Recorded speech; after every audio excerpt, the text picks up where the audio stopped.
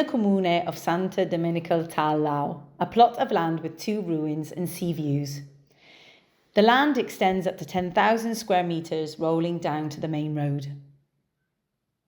There are 2 ruins on the land. A large ruin is approximately 100 square metres. A smaller ruin of around 45 square metres, both made with local stone. For those looking to build their own home and ideally opportunity to create at least a villa of 150 square metres, the land around the main ruin is flat and would make an ideal garden and the possibility of a swimming pool. With enough volume to build a 2-storey property, the views from the upper floors would be spectacular. The property is accessed through a shared lane track.